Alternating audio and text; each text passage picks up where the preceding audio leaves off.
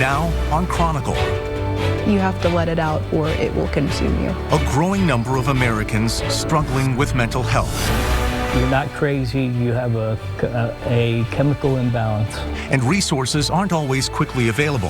What good is mental health care if the people that need it most can't access it? We examine the efforts to raise awareness. Mental health is really important. It's okay not to be okay. Reduce the stigma. Help and hope, not stigma and shame. We're going to start a movement, and if we save one life, it's going to be worth it. And get people the potentially life-saving help they need. Can you find joy again? Yes. Now on Chronicle, State of Mind. Welcome to Chronicle. I'm Jane Robileau. Our mental health affects every aspect of our physical health and our social well-being, and yet all too often we don't give it enough attention. Mental health challenges aren't limited to psychiatric disorders like bipolar or clinical depression. They can follow joyful events like the birth of a baby or traumatic events and accidents. In this next hour, we invite you to explore the many offerings of hope. Talking about your mental health can be tough, but doctors say we all need those conversations. I could walk out on the street and every person I meet could benefit from therapy and counseling. It can even be life-saving. The National Alliance on Mental Illness, NAMI, says 1 in 5 adults in the U.S. experiences mental illness each year. Just as it is with your physical health, ignoring your mental health can potentially cost you your life. Right now, according to NAMI, suicide is the 12th leading cause of death in the United States. And it's the 3rd leading cause of death in younger people, those ages 15 to 24. And 79% of people who die by suicide are men. And that is the story of Bryson Furtado, a handsome, popular 20-year-old college student. There were no warning signs. There was no real cry for help. But on January 15th, 2022, Bryson ended his own life. Bryson is the younger brother of our reporter, Peyton Furtado. And on the first anniversary of learning of Bryson's suicide, Peyton and her parents, Kim and Brian, sat down with us to tell Bryson's story. Their hope is that by sharing the heartbreak left in the wake of suicide, those in depression will find encouragement to seek help. If you were with Bryson, you were the most important thing in the world. And I don't think a lot of people can do that. But he genuinely cared about every single person he was spending time with. He was the one that was in the center of everything and provided the laughter and the joy for everybody. He was also very athletic. He could pick up a ball and do just about anything with it. Bryson Furtado seemed to have it all. A loving family, a championship baseball player. Next we have Bryson Furtado. Voted to the homecoming court, an honor roll student. He was the leader with a passion for the kids with special needs in his Wilmington, North Carolina high school. In fact, for his senior project, he planned out a baseball game pairing each of them with a varsity athlete. And that game has become an annual tradition now called Bryson's Buddies. Even after being gone for a year, he's changed so many people, and it brought so much joy into people's lives. But Bryson's own joy was perhaps depleted. On Sunday, January 16th, 2022, police came to the Furtado's door with news that was unimaginable. And they asked if we were the parents of Bryson Furtado, and we said yes, and they said they had some bad news for us. Today's scene is controlled chaos. Peyton was at work, reporting for her TV station in Wilmington. She got a call from her mom, which wasn't unusual, but her mother's tone was. I couldn't make out what she was saying, what was going on. I just heard, "Come home, you need to come home." And they said he passed away, and then we said, was it a car accident? Had he been in a car accident? And they said, no, that there was suicide. And I just started screaming. And it's the absolute worst moment in our entire lives to hear somebody tell you that your son has passed away. Nobody's ever prepared to hear those words, but certainly if there was no foreshadowing of what was coming. Everybody we talked to, his friends, the people we were closest to in Greenville, North Carolina, said to us, you know, we never saw this. Bryson was always the one that would help us feel better. You know, we just think it was a perfect storm for him and a very irrational, permanent reaction, not decision, but reaction to something that was very temporary. The Furtados will never know why Bryson felt that life had become too hard. Hi. But for Peyton, seeking those answers was the beginning of their coping with the reality of their loss. If I can go through his search history, his phone, just get any kind of answers I can get, maybe I'll feel better. Did you? I think I know too much about what happened that night. But I think in the end, it was something that needed to happen because we needed to just get through that moment so we could start life again. Y'all look up here for a picture. Peyton discovered that a girl Bryson had been seeing for several months wasn't being honest in their relationship. He had just seen her at a party and was very hurt by her actions. He went to his room, resisting his friend's pleas that he not be alone. The reason he did it was based on a lie. It was based on him thinking he wasn't good enough, potentially for this girl. Maybe that snowballed into thinking he wasn't good enough, period. He felt down about himself. He was not a person that was a heavy drinker, and he had drank all day long that day because of the way that he was feeling, and that alcohol is a depressant. And these college students need to remember that as well. He had a phenomenal support system. If he had never gotten by himself, the devil would not have had a foothold. He was believing the lies. He was believing the lies. Had he not gotten by himself and been with people who loved him instead, had he listened to Jesus, all these things never would have happened. The Furtados' Christian beliefs run deep. In the years since Bryson's death, their friends and their large faith community have held them up. Of course, our faith and belief in Jesus Christ, and then the opportunities to help other people through our story. A big part of that story is encouraging others in grief to seek professional counseling. I don't think I would be here without therapy at this point. For sure, for sure. And I think that's important too, to have a great support system, to have our faith, to go through counseling. Counseling is so important and was so helpful to me. It's an epidemic for young people right now, and that's why it's so important to be out there bringing mental health awareness to the forefront. Ahead on Chronicle, we'll show you how the Furtado family is doing just that, helping others left to cope after the loss of a loved one. There are 3 numbers that you can use to prevent suicide. In July of 2022, 988 launched across the nation. This is the new number for the Suicide and Crisis Lifeline. Gabrielle Komorowski explores why this is desperately needed.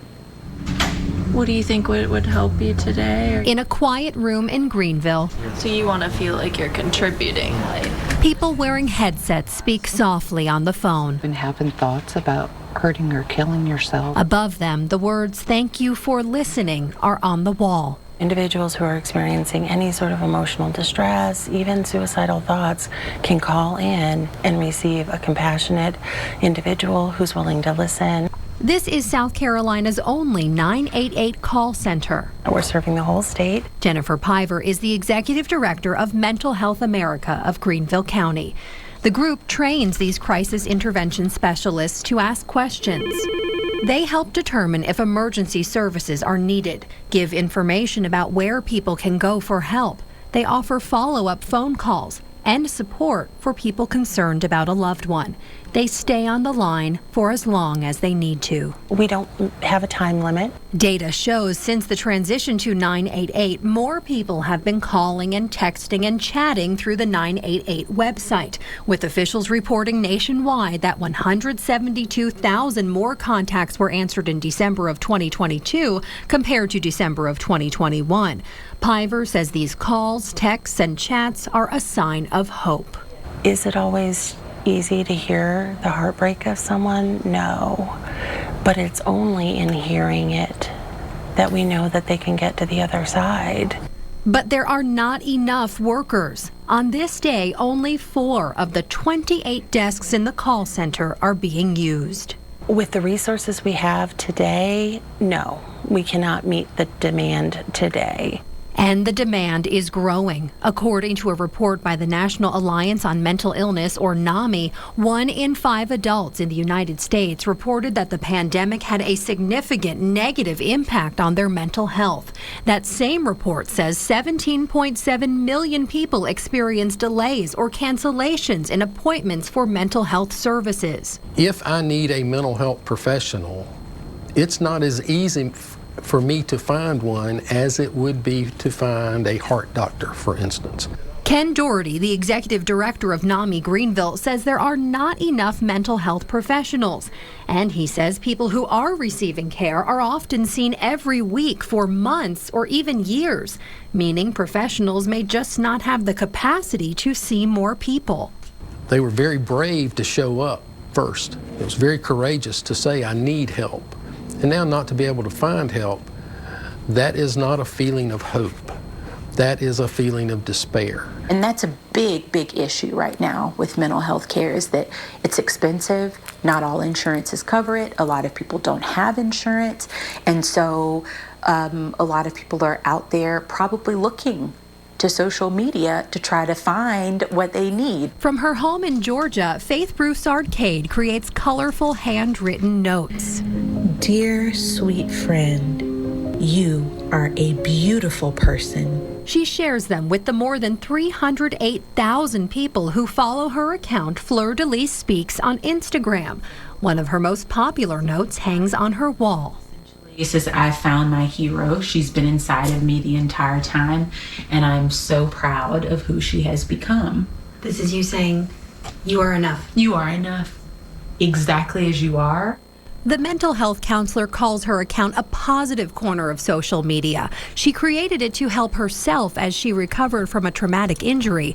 And as she began to share her notes, followers shared that she was helping them. Every day, hundreds of thank you so much, that's exactly what I needed to hear today, or you have no idea how much that helped me. She also sees clients regularly and says she offers a sliding scale, allowing people to pay what they can. I don't want affordability to be a reason why you don't get the help that you need. And she hopes Fleur de Lis Speaks continues to help people. I want people to be able to pull up my page and feel like she gets it. I'm not alone. Someone understands what I'm going through. 988 Lifeline. National data shows the majority of people who use 988 have their calls, texts, or chats answered in under a minute. If no one is available to answer in South Carolina, the person is routed to a national backup center. But Jennifer Piver says that crisis intervention specialist might not have knowledge of the community and the local help that's available. She says more state funding is needed.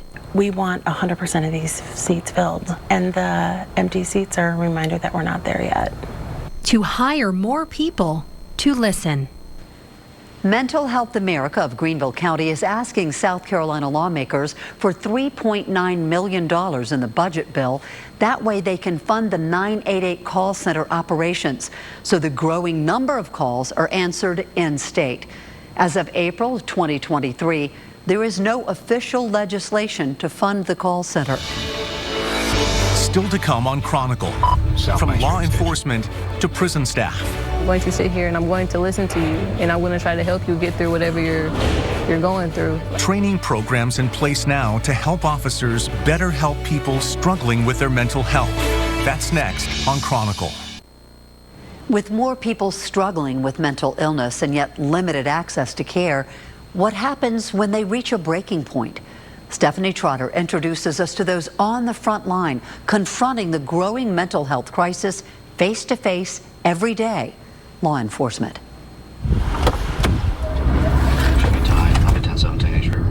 The day is barely underway in Anderson County. Are you okay? Okay, just checking on you. Calls for help are rolling in. South Main Street Extension and Simpson Drive. Deputy Justin Brooks begins his 12-hour shift. If this patrol rolls like most, he estimates every fifth stop will involve someone experiencing a mental breakdown. Maybe not a full-on crisis, but some type of mental health condition that is causing the issue that we were called for, whether it be a civil dispute or, it comes in as a domestic disturbance or something like that. What's up, buddy? Some such calls are with regulars, like Cookie. I just coming out to talk to you. All demand the officer adjust on the fly. I know. All right, have a good one. I look for everything. Balancing a badge with roadside psychiatry. Every time you contact somebody, you never know what they got going on. Across 2 years in law enforcement, the deputy believes he's made 1,000 calls involving someone struggling with mental illness. To me, it feels like it's becoming more and more prominent. And it makes the job hard in multiple aspects, just like every other realm of law enforcement. Can you tell me what's going on today? Would you like to talk to anyone? Sir, we're not here to hurt you. To recognize those in psychological distress and how to respond, We can get someone to talk to you. Anderson County deputies train with a simulator. We're just here to check on you and make sure everything's okay. They run hundreds of street scenarios People are gonna listen.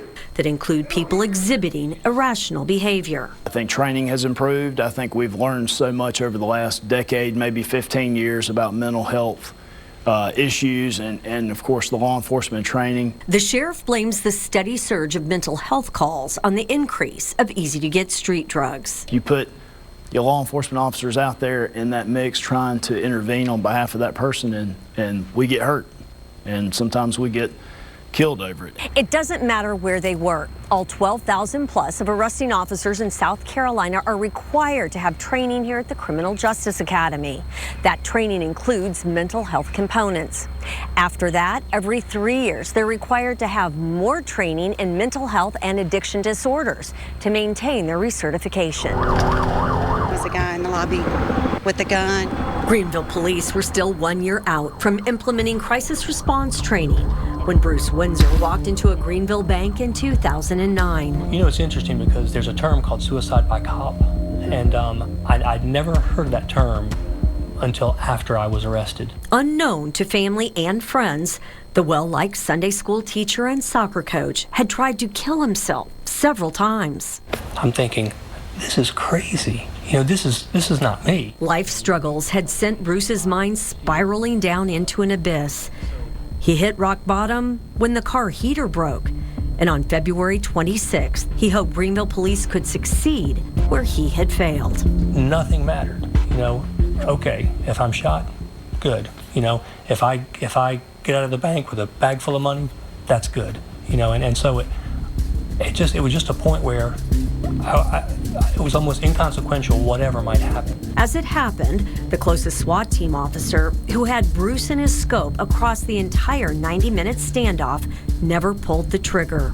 Telling WYFF News 4, he sensed something more than a money grab was amiss. I'm sorry. Bruce surrendered and pled guilty to robbery and kidnapping.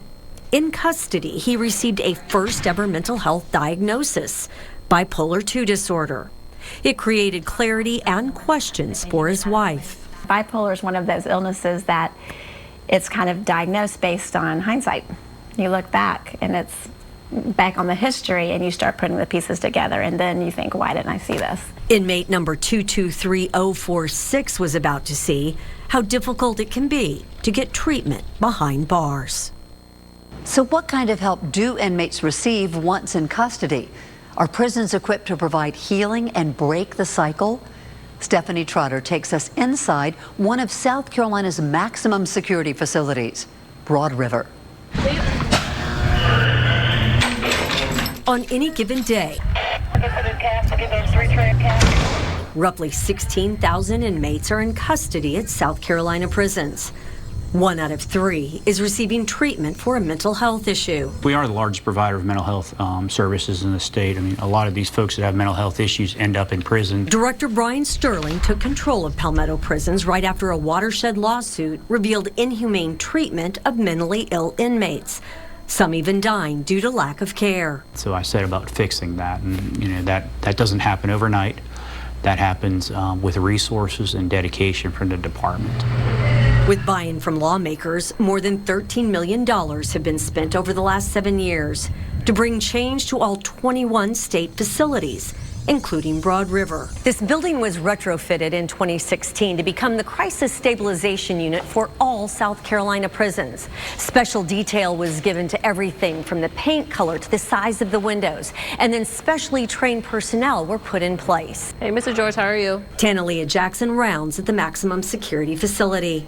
She's more than a correction officer. Y'all all right in here? She's a college-educated mental health officer. I'll stop and talk to them, figure out what's going on. Just tell them, hey, I've noticed you've been pacing, or I've noticed you've been doing this. This isn't like you. What's going on? I'm concerned. 82 mental health officers now walk South Carolina cell blocks. They know I'm like, it's my job. I'm going to sit here and I'm going to listen to you, and I'm going to try to help you get through whatever you're going through. Like, I actually can give them that one-on-one interaction that they can't really get from security. The number of psychiatrists across facilities has jumped from 2 to 16, along with the addition of 141 psychologists, counselors, psychiatric nurse practitioners, and activity therapists. Recognizing the importance of human connections to mental wellness, some daily operations have changed as well.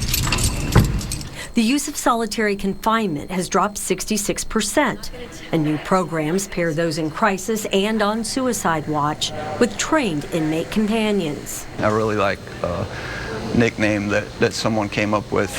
They said we're hope dealers. They also dispense that hope as peer support counselors. We choose to supply those suffering with addiction or mental health issues with reasons to believe that a better life is possible. I just followed through on a bad idea. Convicted felon Bruce Windsor spent more than 12 years of his life in federal and state prisons, learning about his newly diagnosed bipolar II disorder. And so, yeah, it did feel good to have a diagnosis. How could I end up in such a hollow place? So the diagnosis, did help. And then, of course, after that, it's like, well, how can I not go back to that hollow place? Home now for more than a year, he generalizes, saying care is better outside than in, and better at the federal level than state.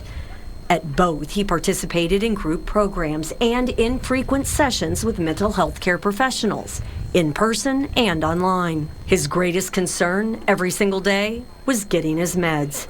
The pill line frequently ran dry of his prescription. Twice, attorneys had to get involved to place court-ordered medicine in his hands. I go every night, and your medication there? Nope. Medicate? Nope. And this goes on for a week or so, or 2 weeks. More, yeah. At one point, it actually went over 30 days. Administrators admit medication distribution needs improvement. They know as doors open and inmates walk free, their mental illness goes with them. 85% get out in under 5 years, 90% get out in under 10. So these folks are coming back out, and they're going to be back out in society. We need a different mission. We need to make sure that they're better when they get out. A far-reaching mission, producing safety for prisoner and public, inside and out. Administrators say improvements on identifying and treating mental illness in prison have a major influence on South Carolina's dropping recidivism rate. Currently, it is the lowest in the country at 19%.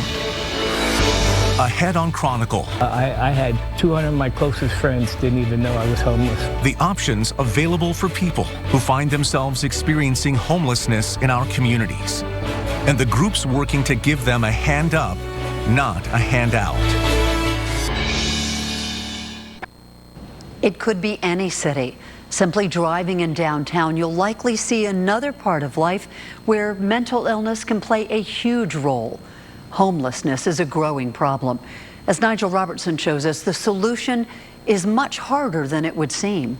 I have to do the background. I'm doing a southwestern landscape. For Russell Reed, this is how he heals. I used to make good money working for a local hospital, and I got sick. He lost his job. $70,000 a year. $70,000 a year? Yep. Within 2 years, it was all gone? It was all gone. He lost his house. Within 2.5 years, I was living in my car. For years, Russell Reed was homeless. After a while, you start telling yourself that you're only camping. He was one of the growing number of people in our area on the streets, living under a bridge, trying to simply survive. I didn't know how to be homeless. I hung around homeless people to learn how to be homeless. And instead of reaching out to the people who could have helped me. And even when I finally did, they didn't have answers. Those answers for him came from here. My name is Rachel Mason. I'm a social worker at Triune Mercy Center. One of the first things I wanted to know was, with so many agencies trying to help, why someone would choose to live this way. But a lot of our people who are experiencing homelessness have had a complexity of trauma in their life, and that impacts our brain. Anyone who has trauma, that's going to impact your brain and your body, and that might manifest as mental illness or addiction or a lack of support system. I asked if the number of homeless on the streets of Greenville, for example, is growing.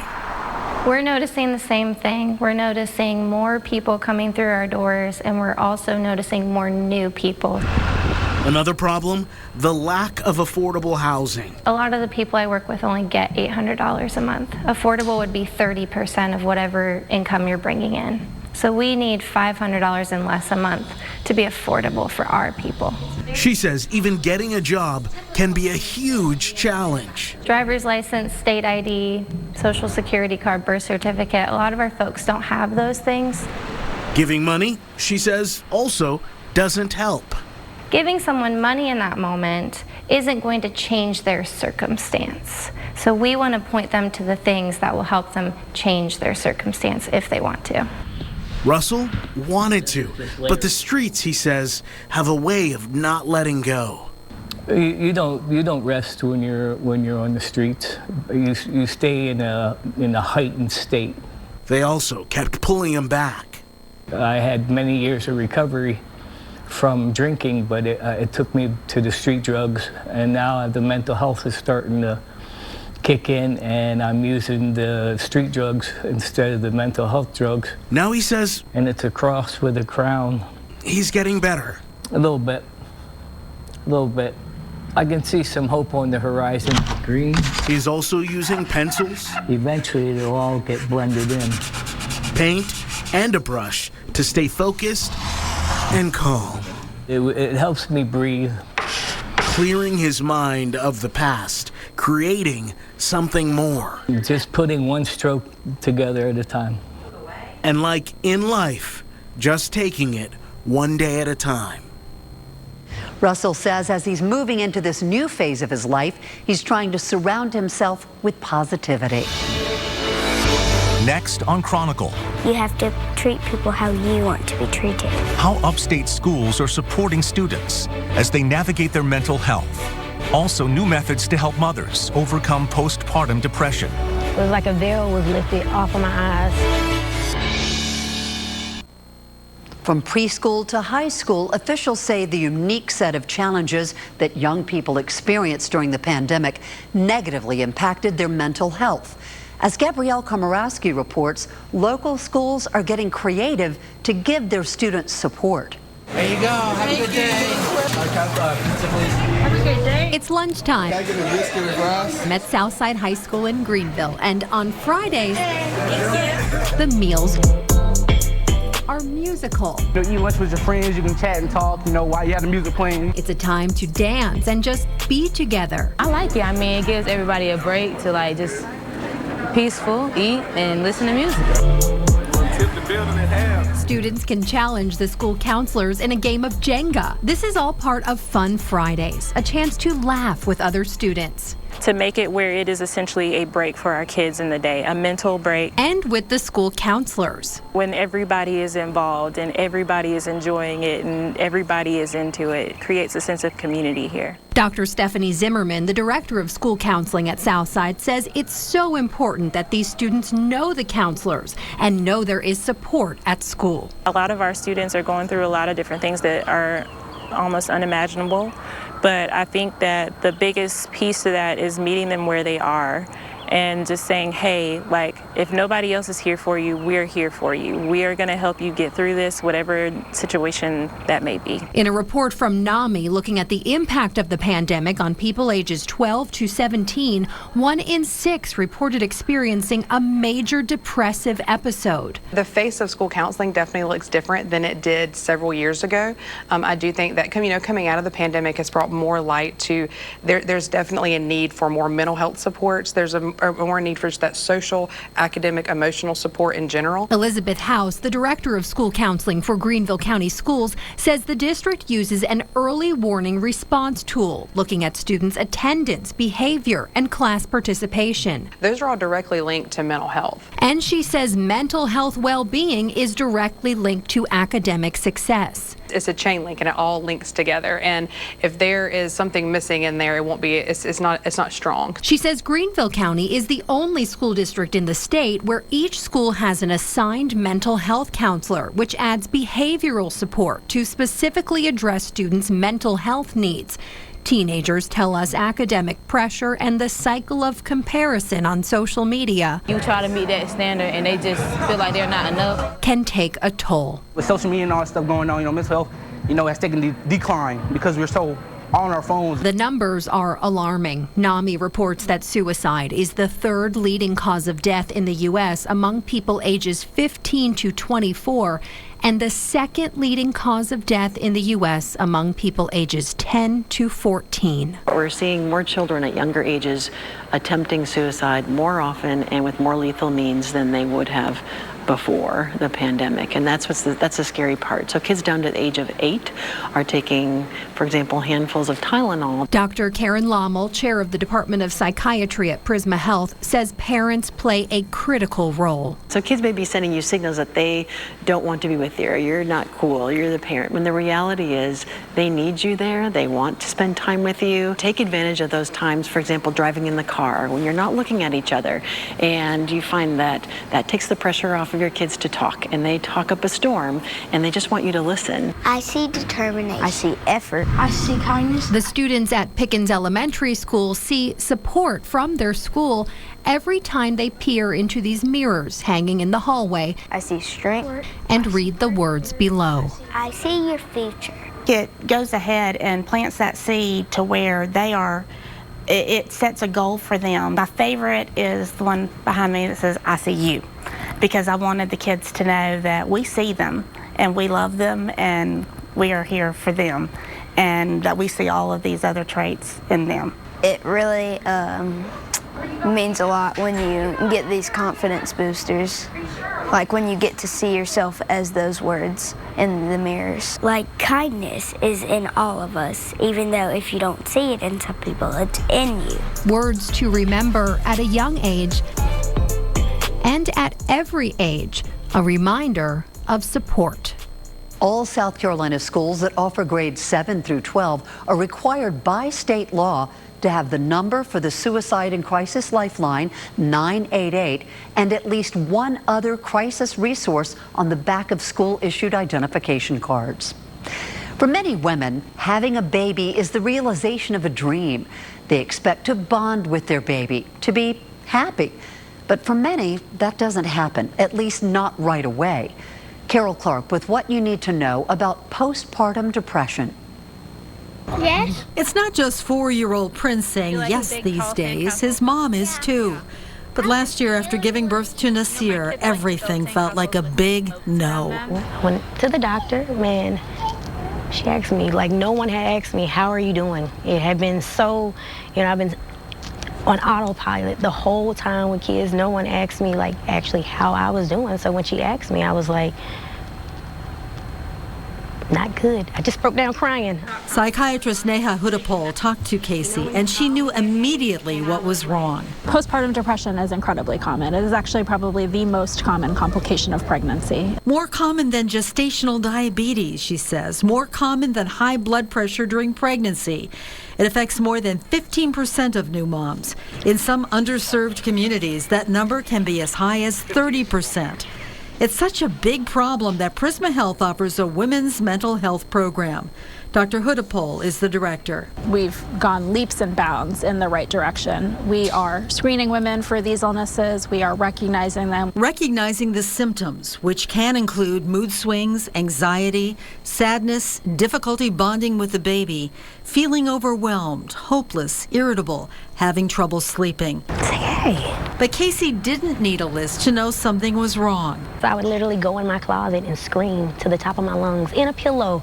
Treatment ranges from talk therapy to medication or a combination of both. She did require a more rapid treatment alternative because her symptoms were quite severe. For Casey, that meant a 60-hour IV infusion. I had to be hospitalized. I was at Greenville Memorial for 4 days. Within maybe about the 16-hour mark, it was like a veil was lifted off of my eyes. Like I was able to smile and it wasn't forced. Now she takes an antidepressant and talks to her doctor once a week. The care changed her life. I'm able to pursue dreams that during that time I couldn't even see past. Like I couldn't even see me actually being able to do it. So it's a completely different feeling now. I love being able to help women really kind of find their peace and their joy and that joy that they find in parenting, and to really be able to help them live that satisfying full life. With a satisfying full life for Prince and Nasir too. Mom is really here. Men can actually experience a form of postpartum depression too, with many of those same symptoms. So it's important for them to talk to their doctors too. For some who go through trauma, the haunting images play over and over. It's called post-traumatic stress disorder, or PTSD. Carol Clark found those we count on the most are also most at risk. But PTSD can happen to anyone. This isn't a routine drive-through for Sergeant Max Shelton of the Greenville PD. Start. Yeah. Being in the parking lot of Pep Boys on Lawrence Road takes him back to a strong-arm robbery. A man had taken a bike from a young man in the neighborhood, was acting all erratic, and he wound up here in the Pep Boys. The man took a clerk hostage at knife point. He lit cans of spray paint on fire. I went inside and faced him. He presented the knives. He wouldn't follow commands. It all happened so fast. Sergeant Shelton says he had to shoot the man when he came at him. But the trauma of that day would not end there. It wouldn't end when the man survived and went to prison. It just kept playing in his mind again and again. Eventually that's what it was his arm coming up to make a swing. Max Shelton knew he had to talk to someone. Licensed professional counselor Bob Gamble understands. He worked as a police officer before switching gears into counseling. So every time we go through something traumatic, we're going to typically experience some degree of post-traumatic stress. Typically, that will dissipate over time. But when it becomes, we use the term stuck or chronic, then it can become post-traumatic stress disorder. PTSD was known as shell shock during World War I and combat fatigue during World War II. But you don't have to be a soldier or first responder to have PTSD. The American Psychiatric Association says 1 out of 11 Americans will be diagnosed with PTSD at some point in their lifetime. Women are twice as likely as men to have it. Those who have it share these symptoms: intrusive thoughts or flashbacks. The trauma memories aren't time-stamped, so the brain doesn't know if they're real, they're current, they're past. All they know is the brain knows there's danger. Avoidance. When you avoid dealing with these things or facing with them, it just makes them worse. Changes in cognition or mood. For example, Mac thought the lights were off in the store the day of the robbery. They were not off. I had tunnel vision, which locked in on that person, just watching those hands, watching those weapons. Changes in reaction. It's just this underlying pervasive anger, and they're very irritable, easily set off. What set Mac on the road to healing? Using the counseling and peer services offered by the Greenville Police Department helped. Talking to his wife, his sons, and using EMDR therapy that had his eyes tracking light. What I see EMDR do is nothing short of miraculous. And it stands for eye movement desensitization and reprocessing. And it uses the same eye movement that the brain uses during REM sleep. Once you do it, once you talk to them, and those images come forth, and then you don't see them anymore. Yeah. In the way that is going to trouble you. Yeah. It was amazing. And what it does, it doesn't erase memories, but it takes the emotional charge out of the memory. It all allowed Mac to get back on patrol and get on with his life. For a PTSD diagnosis, the symptoms must last for more than a month. The experts say symptoms usually develop within 3 months of the incident, but can sometimes show up much later. Still to come on Chronicle. Grief is a place we have to go to, but we don't live there. Resources available for families coping with loss or caring for a loved one struggling with a mental health problem. We know those who suffer from poor mental health can face devastating impacts. But what about the people who care for their loved ones or those families left in the wake of suicide? Our own Peyton Furtado lost her brother Bryson to suicide a year ago, and now she is exploring how families can cope. Imagine your life as a cup. As major events, highs, lows, stresses pour in, you can pour them out. Doing the things you love and relieving stress, talking to the one you love, or going to a therapist. But not everyone can empty their cup on their own. You're watching someone and you want to give them all the tools to become the best version of themselves, but it's, again, a disease that they're fighting that's invisible. So it's not something that we can see. Mental health does not discriminate. NAMI says 8.4 million Americans look after a mentally ill loved one, working with them an average of 32 hours a week, some neglecting their own health in the process. Neglecting your own health causes people to fall into mental health issues such as depression, anxiety, and those feelings of isolation. Right at Home's Emily Nick says there's no shame in asking for help. Countless Greenville families rely on in-home caretakers to keep their family afloat. But not every family is given that option. Sometimes a cup fills for any number of reasons until... If he had emptied it, that drop would not have caused this. But he didn't empty that cup. And that last drop was when he broke. Just 8 months after losing her youngest son to a car accident, Becky Kay's oldest son, Bobby, died by suicide. There was no warning at all. He was hurt. We all were crushed with Mike's death. But now Bobby's death brought us to our knees because it was out of the blue. I compare it to like working a puzzle. With Mike, I could put every piece of that puzzle together. As bitter as it was there. But with Bobby, it was here and then gone. And there was nothing to indicate in between what was going to happen. After more than 2 decades of healing with the help of church family, friends, and therapy, Kay's become a wounded healer herself. She leads a survivors of suicide group, finding meaning in helping others through their grief. Grief is a place we have to go to, but we don't live there. We have to move forward. And moving forward is as individual as you and I are. She prioritizes self-care, sitting in her garden, watching the dragonflies lilt over her pond. It's a peaceful feeling. My heart feels like it takes a breath. Though the loss still hurts, she says her cup runneth over. Becky Kay recommends that anyone who's grieving a loss or struggling to take care of a loved one seek the help of a professional or join a support group. We have listed resources for mental health on WYFF4.com/Chronicle. Creating safe spaces for people to talk about their mental health. We're going to start a movement, and if we save one life, it's going to be worth it. The efforts to eliminate the stigma and bring hope. That's next on Chronicle. Right now, there are people hard at work to change the way we look at mental health and the way we talk about it.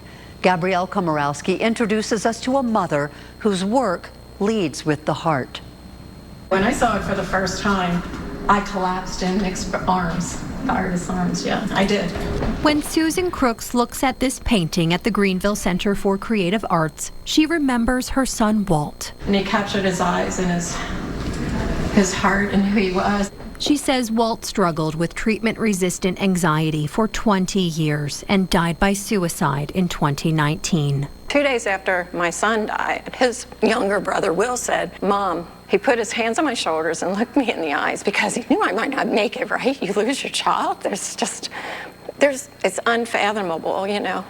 And he looked me in the eyes and said, "Mom, we're going to start a movement, and if we save one life, it's going to be worth it." They created Walt's Waltz. Let's stop dancing around mental health conversation. Let's normalize these conversations and get people talking. Susan says the nonprofit wants to end the stigma surrounding mental health conditions. So somehow we're afraid to talk about it and there's stigma, but it's normal. One thing that we have to continuously remember is that we have to start with education. Walt's Waltz uses art to educate with painting mental health workshops, and the nonprofit works with local businesses and groups to establish stigma-free environments.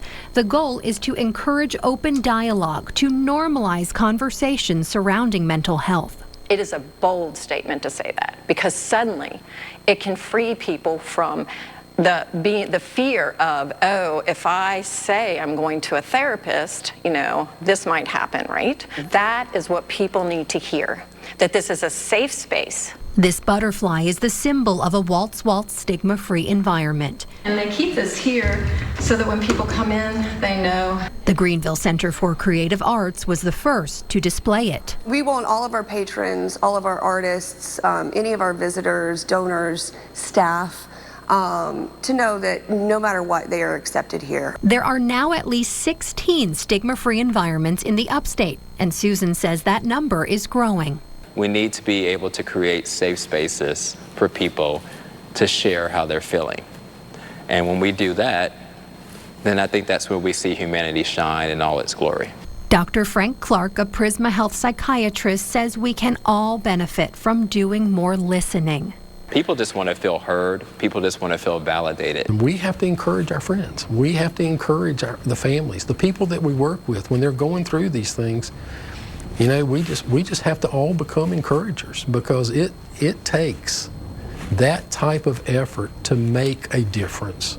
Ken Doherty, the executive director of NAMI Greenville, says the pandemic has led to a positive step in the work to eliminate the stigma surrounding mental health, with more people becoming a little more comfortable talking about their mental health. And telehealth is more available. According to a report by NAMI, in 2020, 26.3 million people in the United States received virtual mental health services within the year. And we see that we're not always inside the lines. Mental health is complicated, mental health is messy. This colorful butterfly is a reminder of a safe space and progress, a reminder that there is help and there is hope. All of this, it kind of can create this cascade, right? It creates this movement of change, which we want. That movement of change begins by extending lifelines of hope through listening and sharing. For the Furtado family, sharing Bryson's story on the first anniversary of his passing was one of the ways they felt they could help other families who are grieving and other young people who are struggling. And we're all going to experience difficult times in our life. And we're all going to go through tragedies, and we're all going to have a hard time. Brian Furtado served in the Marine Corps and now volunteers his time to pour positive messages into young Marines, assuring them that the dark, emotional times they may go through don't last forever. Look at that window and see what's beyond the bad stuff. There's better things ahead. So much of what the Furtados do is for Bryson, to make him proud, to carry on his legacy. It's hard, right? It's hard to get back up, but you've got a cheerleader up there that wants to see you do well with your life. They want you to move on and want you to be somebody that helps another person. If he saw us affected for the rest of our lives and unable to do anything, just paralyzed by that grief, I think it would hurt him even more than anything else he's been through. Peyton, Brian, and Kim find great strength in their faith, a solid and deep Christian faith which gives them the greatest hope, the hope of heaven. I've learned that we had to have a survival kit, and our survival kit was our faith and the fact that we know that we're going to see him again. He's just gone on ahead of us. The Furtados and all of our guests on Chronicle have extended that lifeline through sharing. There is no grief so deep, no problem so insurmountable that it cannot be conquered. Help is always as close as 3 numbers. 988 is the suicide and crisis lifeline for yourself or to get help for someone you care about. We don't walk alone. Let each of us be mindful to be there for one another. Thank you for joining us for Chronicle State of Mind. I'm Jane Wogolo.